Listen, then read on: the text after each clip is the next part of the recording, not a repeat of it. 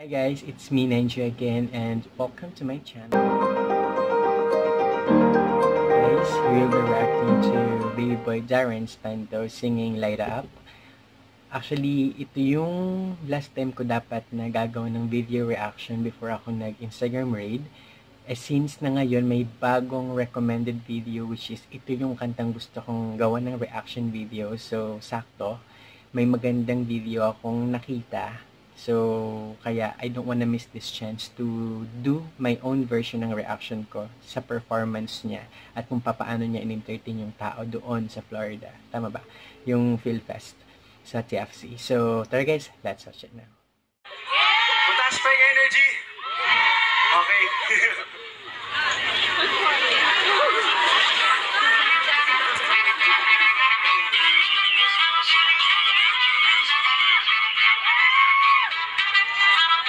Stand up like a soldier, baby. Yeah, I know you built like that.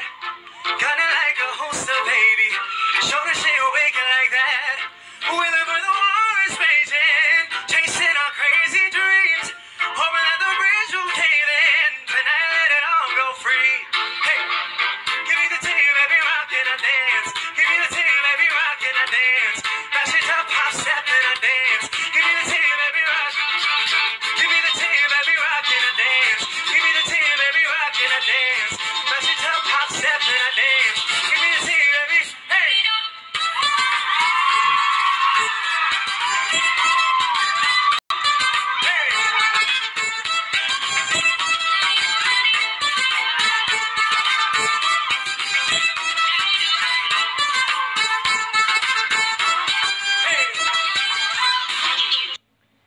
Sorry guys, nakat you there.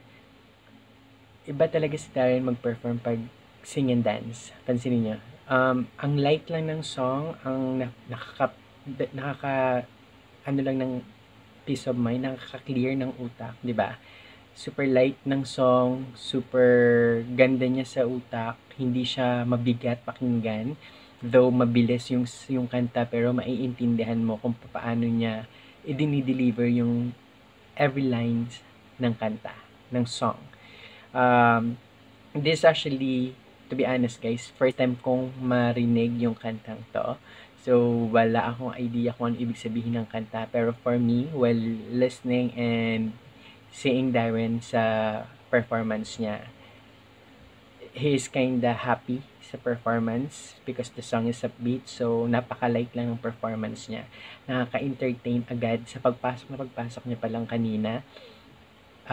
Kinumusta na niya na yung mga audience at medyo may nangyaring katuwaan, hindi ko na nilagay sa video para direct tayo sa performance niya. So, tara guys, let's just continue.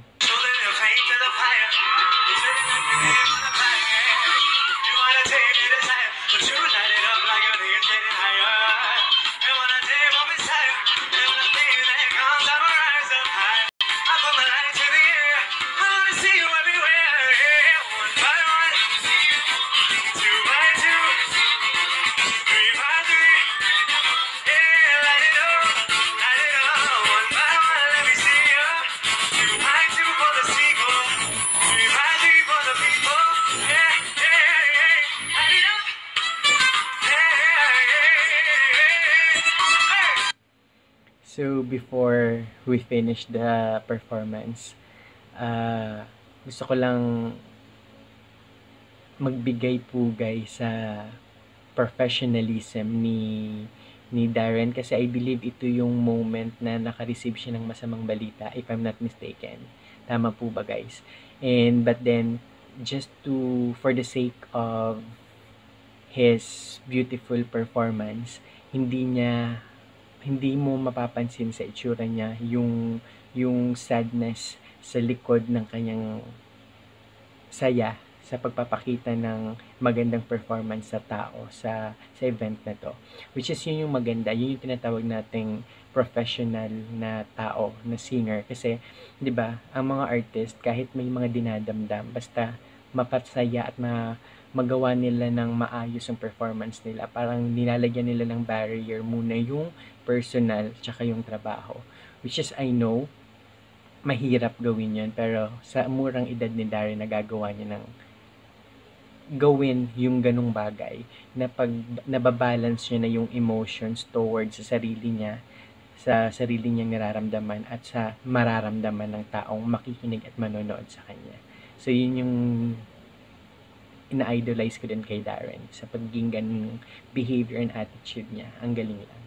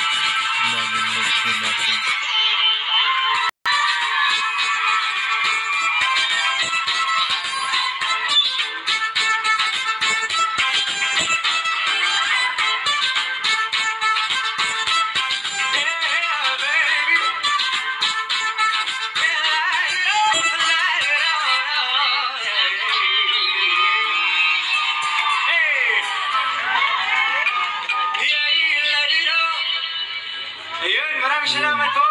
Good afternoon, everyone. Ayun guys, yung title pala ng song is Light It Up, hindi Light Up, Light It Up. And ang galing kasi though yung song is mabilis, upbeat, walang duda talaga at hindi na natin talaga mapagkakaila na behavior and performance na talaga ni Darren na every time na kumakanta siya ng upbeat, aside sa napopronounce niya ng maayos, na ilalabas niya ng maayos yung kanta, yung line ng kanta, nalalagyan ng napakagandang dance moves. Nakita mo yung mga sayaw ni Darren.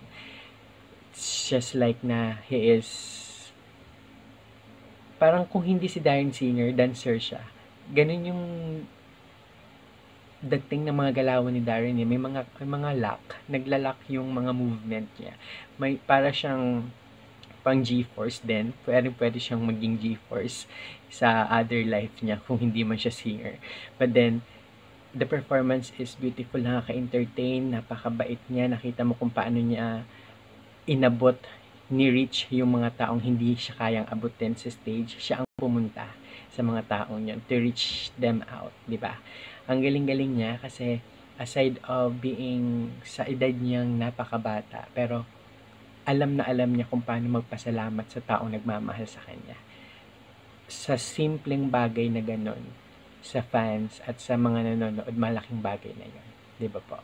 So, this is for today, guys. So, hopefully you like my reaction for today's video. Please give me a big thumbs up.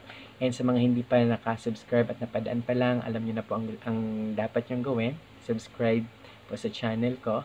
And sa mga may comments, may mga requests, please comment that in our comment box down below.